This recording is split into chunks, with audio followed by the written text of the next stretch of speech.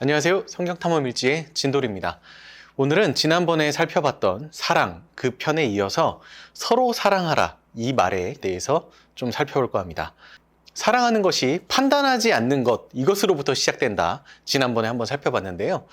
근데 이제 판단하지 않는 것은 내 안에서 내가 스스로 해결해야 될 나의 문제들인데 예수님께서 말씀하시기는 너희가 서로 사랑해라 라고 하셨단 말이에요. 서로 사랑하는 것은 나 혼자 하는 게 아니라 같이 하는 거잖아요. 이걸 어떻게 하는 건가? 서로 사랑하는 것에는 참 다양하고 많은 것들이 있겠지만 그 중에서 어떻게 보면 이것이 기본이 되지 않을까라고 생각하는 것에 대해서 성경에서 한번 찾아봤습니다. 한 번은 노아가 포도주를 마시고 취하여 자기 장막 안에서 아무것도 덮지 않고 벌거벗은 채로 누워 있었다. 가나안의 조상 함이 그만 자기 아버지의 벌거벗은 몸을 보았다. 그는 바깥으로 나가서 두 형제에게 알렸다.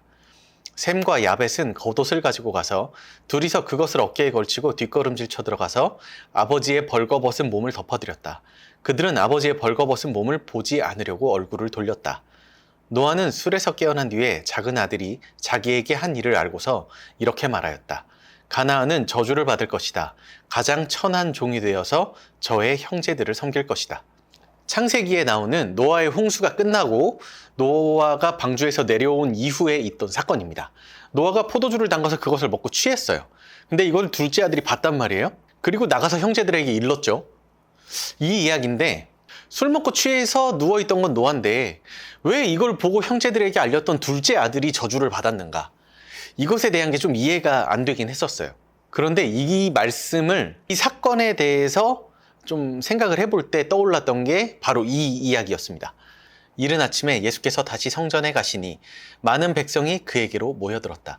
예수께서 앉아서 그들을 가르치실 때에 율법학자들과 바리새파 사람들이 간음을 하다가 잡힌 여자를 끌고 와서 가운데 세워놓고 예수께 말하였다. 선생님, 이 여자가 간음을 하다가 현장에서 잡혔습니다. 모세는 율법에 이런 여자들을 돌로 쳐 죽이라고 우리에게 명령하였습니다. 그런데 선생님은 뭐라고 하시겠습니까? 그들이 이렇게 말한 것은 예수를 시험하여 고발할 구실을 찾으려는 속셈이었다. 그러나 예수께서는 몸을 굽혀서 손가락으로 땅에 무언가를 쓰셨다. 그들이 다그쳐 물으니 예수께서 몸을 일으켜 그들에게 말씀하셨다. 너희 가운데서 죄가 없는 사람이 먼저 이 여자에게 돌을 던져라. 그리고는 다시 몸을 굽혀서 땅에 무언가를 쓰셨다. 이 말씀을 들은 사람들은 나이가 많은 이로부터 시작하여 하나하나 떠나가고 마침내 예수만 남았다. 그 여자는 그대로 서 있었다. 예수께서 몸을 일으키시고 여자에게 말씀하셨다. 여자여, 사람들은 어디에 있느냐? 너를 정죄한 사람이 한 사람도 없느냐? 여자가 대답하였다. 주님, 한 사람도 없습니다. 예수께서 말씀하셨다. 나도 너를 정죄하지 않는다. 가서 이제부터 다시는 죄를 짓지 말아라. 요한복음에 나오는 예수님과 가늠한 여인의 사건입니다. 이 이야기는 아마도 함정일 거예요. 율법에 따르면 가늠한 사건이 있었으면 여자만 이렇게 잡아다가 문제를 삼을 게 아니고 남자, 여자 둘을 다 데려다가 이야기를 했어야 합니다. 그런데 뭐 그런 걸 떠나서 이 여인의 사건에서 예수님이 보여주신 모습은 정죄하지 않는다 이거였어요. 다 알지만 묻지 않는다. 예수님이 여인에게 하신 방법이었죠. 그 예수님이 이때 땅바닥에 무엇을 쓰셨을까? 이것에 대해서 조금 궁금해했던 적이 있는데 세번역 성경에 있는 주석을 좀 보면 이렇게 나와 있습니다. 다른 고대 사본에는 그들 각자의 죄목을 이렇게 나와 있어요. 거기에 모여있는 사람들의 죄목을 땅바닥에 쓰셨다. 뭐 이런 이야기일 것 같아요. 이 사건에서 예수님이 여인을 향해서만 묻지 않은 게 아니고 그 앞에 있는 사람들을 향해서도 이렇게 말씀하시는 게 아닐까요? 나도 너희들의 죄를 다 알지만 묻지 않는다. 노아가 술 취해서 알몸으로 누워있던 것은 잘못한 거예요. 근데 이 잘못한 것을 둘째 아들은 이렇게 가서 아버지의 몸을 가리고 이렇게 하지 않고 형제들에게 알렸다는 거예요. 첫째와 셋째 아들은 아버지의 수치를 보지 않으려고 뒷걸음질 치고 이불로 덮어줬던 이 모습이 바로 덮어주다. 이게 되는 거죠. 이 사건을 보면 우리는 남의 이야기라는 것을 굉장히 좋아하는 것 같아요. 남의 허물, 남의 잘못된 점 그런 것들을 이야기하면서 서로 막 웃고 떠들고 하잖아요.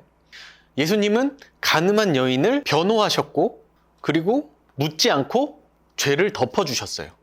나는 여러분을 부끄럽게 하려고 이 말을 합니다. 여러분 가운데는 신도 사이에서 생기는 문제를 해결하여 줄 만큼 지혜로운 사람이 하나도 없습니까?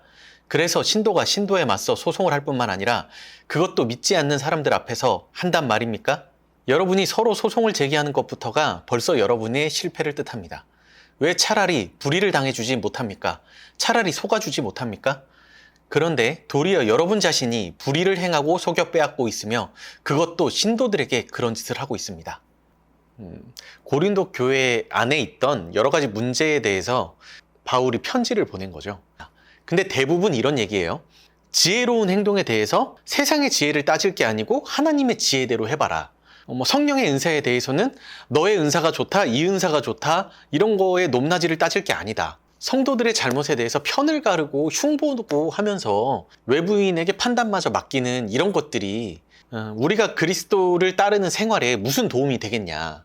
그 밖에도 유대인의 전통에 따라 이거 먹는 게 맞다, 저거 먹으면 안 된다, 이런 것들로도 싸우지 마라. 예수님께서 말씀하시지 않았느냐. 입으로 들어가는 게 더러운 게 아니라 사람의 마음으로부터 나오는 게 더러운 거다. 그러니까 너희는 이런 것들을 따지고 판단하고 서로 분쟁하지 말고 사랑으로 해라 라고 고린도 전서에서 이야기하고 있는 거예요. 그리고 이어서 고린도 후서의 초반에는 너희들이 근심으로 행하는 이런 분쟁이나 이런 것들을 하면 어떤 문제가 생기냐, 그 틈을 사단이 이용한다. 그러니까 그렇게 하지 마라. 이렇게 써 있습니다. 그리고 로마서에서는 이런 얘기도 합니다. 그런데 참 올리브 나무 가지들 가운데서 얼마를 잘라내시고 그 자리에다가 돌 올리브 나무인 그대를 접붙여 주셨기 때문에 그대가 참 올리브 나무의 뿌리에서 올라오는 양분을 함께 받게 된 것이면 그대는 본래 가지들을 향하여 우쭐대지 말아야 합니다. 비록 그대가 우쭐댈지라도 그대가 뿌리를 지탱하는 것이 아니라 뿌리가 그대를 지탱하고 있다는 것을 명심해야 합니다. 그러므로 본래의 가지가 잘려나간 것은 그 자리에 내가 접붙임을 받게 하시려는 것이었다 하고 그대는 말해야 할 것입니다. 옳습니다. 그 가지들이 잘린 것은 믿지 않은 탓이고 그대가 그 자리에 붙어 있는 것은 믿었기 때문입니다. 그러니 교만한 마음을 품지 말고 도리어 두려워하십시오. 하나님께서 본래의 가지들을 아끼지 않으셨으니 접붙은 가지도 아끼지 않으실 것입니다. 그러므로 하나님의 인자하심과 준엄하심을 생각하십시오. 하나님은 넘어진 사람들에게는 준엄하십니다. 그러나 그대가 하나님의 인자하심에 머물러 있으면 하나님이 그대에게 인자하게 대하실 것입니다. 그렇지 않으면 그대도 잘릴 것입니다. 로마서에 나온 이 이야기는 참 올리브 나무는 예수님을 이야기하는 거고 참 올리브 나무에 붙어있던 본래의 그 가지들은 유대인, 그리고 돌 올리브 가지를 접붙였다 할 때 그 접붙여진 가지는 이방인을 이야기합니다. 그리고 이야기하죠. 자랑하지 말고 두려워해라. 너희들도 잘려나갈 수 있다. 이런 얘기를 하는데 이것을 죄를 지으면 이 가지는 잘려나간다. 그러니까 구원이 취소될 수 있다. 이렇게 이해할 게 아니고 앞서 우리가 계속 살펴봤던 것처럼 네가 어떤 기준을 가지고 남을 판단하고 남을 어떻게 대하느냐가 하나님이 너를 대하는 기준이 될 거라는 이야기예요. 그래서 이 이야기의 끝을 보면 그대가 하나님의 인자하심에 머물러 있으면 하나님이 그대에게 인자하게 대하실 것입니다. 이렇게 이야기하고 있죠. 이걸 예수님은 이렇게 말씀하셨어요. 남을 심판하지 말아라. 그리하면 하나님께서도 너희를 심판하지 않으실 것이다. 남을 정죄하지 말아라. 그리하면 하나님께서도 너희를 정죄하지 않으실 것이다. 남을 용서하여라.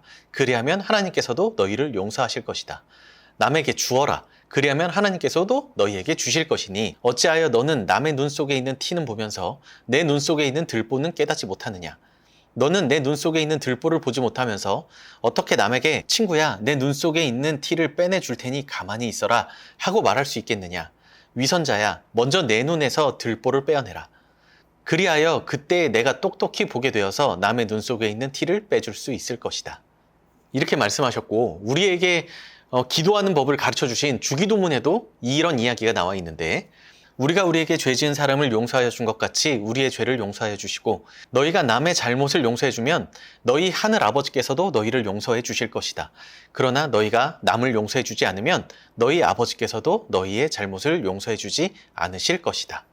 그 밖에도 성경에 참 많은 부분이 이렇게 이야기를 하고 있습니다. 판단의 기준, 판단의 잣대를 이야기하는 건데 내가 남을 이걸 가지고 판단을 하면 하나님도 나를 이걸 가지고 판단하시겠다. 이런 이야기들을 하고 있는 거예요. 반대로 사랑하고 덮어주고 인내하고 용납하고 용서하면 나도 너를 그렇게 바라보겠다.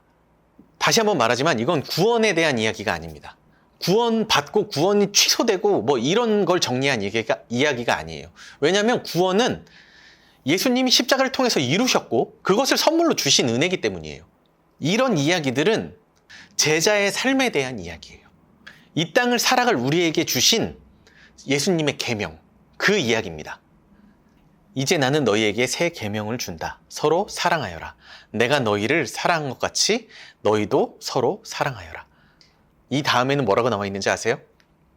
너희가 서로 사랑하면 모든 사람이 그것으로써 너희가 내 제자인 줄을 알게 될 것이다. 너희가 서로 사랑하면 저 사람들이 너희가 내 제자인 걸 알게 될 거야. 이 이야기는 반대로 세상이 우리를 보고 예수님을 보지 못하고 우리가 예수님의 제자라는 것을 보지 못한다는 이야기는 우리가 서로 사랑하지 않고 있다. 바로 이 이야기가 아닐까 생각합니다.